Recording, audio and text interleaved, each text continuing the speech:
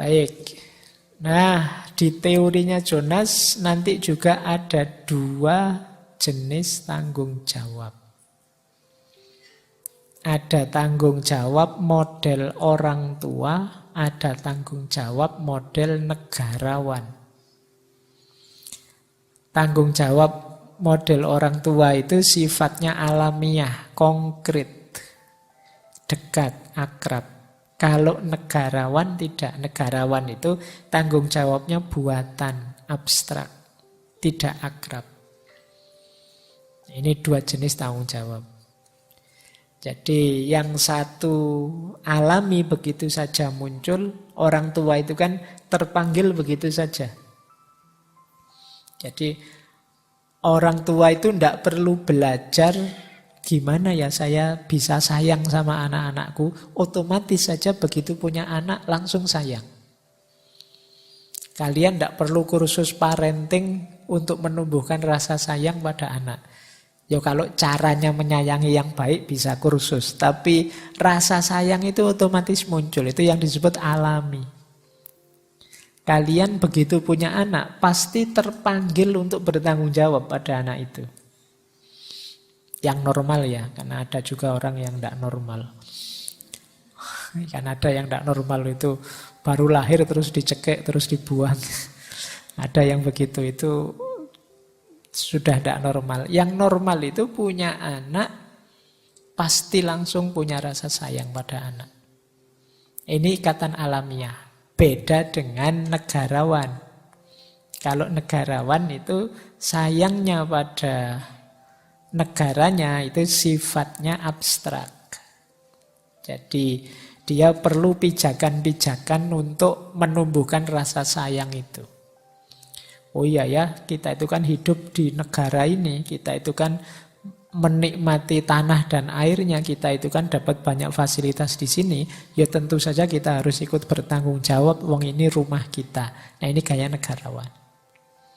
Kayak kalian dengan organisasi misalnya, Pak saya ikut tanggung jawab di organisasi ini Pak, saya yang mendirikan, saya yang ini buatan. Jadi perlu ada reasoningnya. Itu biasanya gaya negarawan. Tapi ada yang alami, muncul begitu saja. Oke, baik. Nah, sifatnya tanggung jawab itu ada 3. Yang pertama menyeluruh, yang kedua berkelanjutan, dan yang ketiga terarah ke masa depan.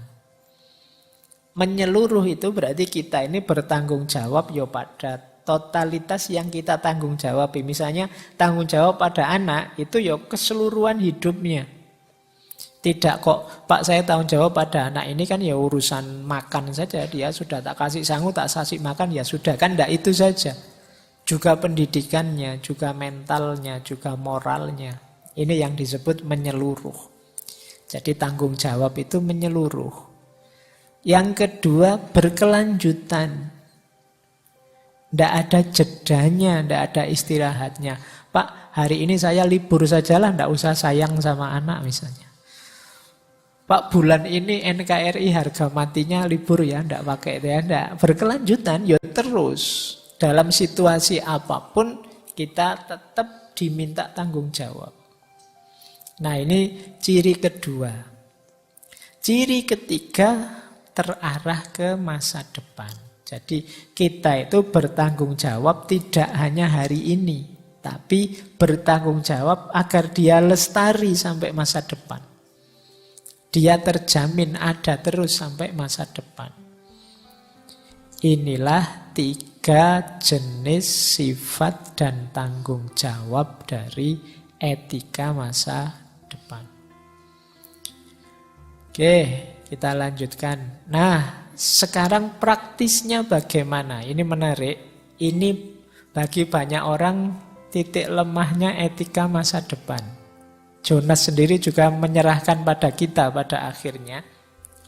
Bagaimana seandainya manusia hari ini tidak ada yang mau tanggung jawab? Kalau semua orang tidak ada yang mau berkorban untuk masa depan. apakah kita masih tetap mau demokrasi? Kalau demokrasi itu kan ya memang haknya mereka, Pak, tidak mau tanggung jawab. Memang orangnya memang belum ada di masa depan. Nah, akhirnya kata Jonas apa? Kalau begitu mungkin perlu satu benevolent dictatorship. Benevolent dictatorship itu diktator yang baik hati tapi.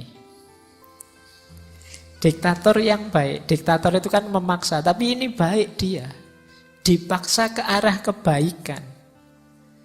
Jadi ada kata Jonas, kalau bisa di masyarakat, kalau sulit, orangnya tidak sadar semua, Pak. Sekedar buang sampah sembarangan saja. Strategi apapun tidak mempan, Pak.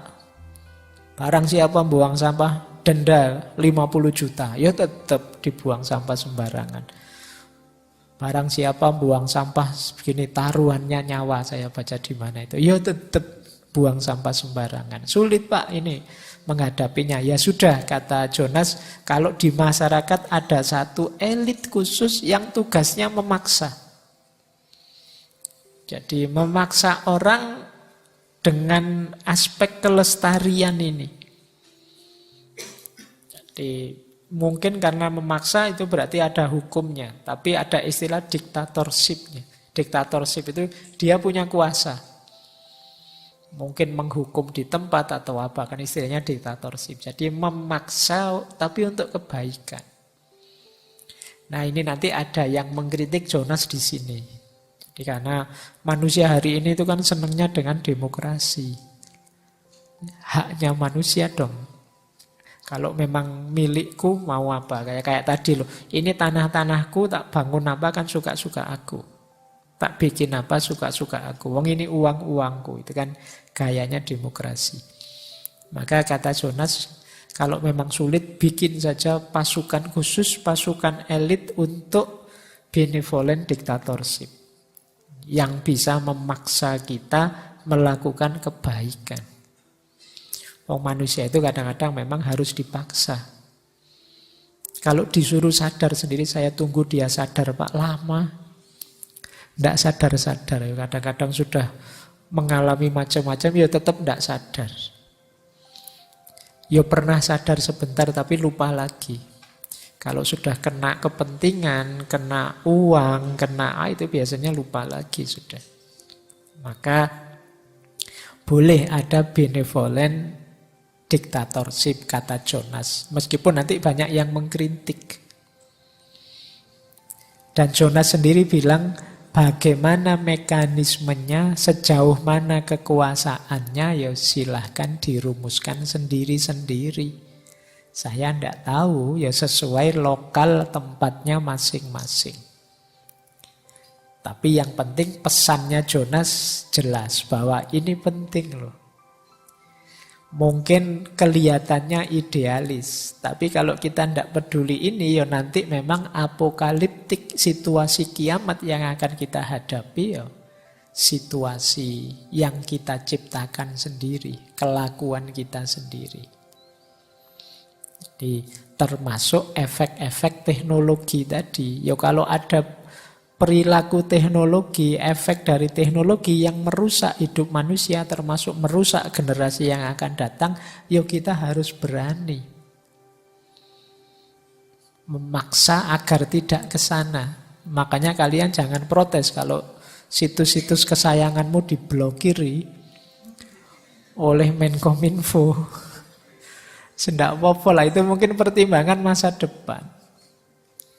Jadi ikuti rumusnya Jonas ini. Terpanggillah untuk ikut bertanggung jawab. Karena ini hubungannya dengan generasi. Baik, terakhir ini ada quote dari Jonas. Kata dia, bagi kita semua, pengetahuan bahwa kita hari ini ada, tetapi singkat saja, dalam batas waktu yang tidak bisa kita nego sesuai keinginan kita. Mungkin kesadaran ini penting, pengetahuan ini penting sebagai masukan untuk menghitung hari-hari kita dan membuatnya berarti. Mari kita ketahui, mari kita sadari, sekarang kita ada, besok kita tidak ada. Waktu kita terbatas. Eksistensi kita nanti dilanjutkan oleh generasi setelah kita. Maka kesadaran ini ayo dijadikan titik pijak untuk menghitung apa yang bisa kita lakukan. Apa yang berarti dan bermakna yang bisa kita jalankan. Tidak usah merasa masih muda. Oh, saya masih muda, Pak. Ya, itu kan pikiran kayak gitu kan orang-orang tua. Waktu kita terbatas. Waktu saya masih panjang kok, Pak. Tidak ada jaminan. Banyak yang lebih muda itu yang berangkat duluan. Coba kamu hitung, ayo yang kemarin di Stadion Kanjuruhan itu. Anak-anak muda semua. Jadi jangan merasa lebih muda berangkatnya nanti-nanti. Saya sudah lebih tua. Kalian yang masih muda tidak jaminan juga. Maka tidak usah mikir itu, sadari saja waktu kita terbatas. Tidak panjang.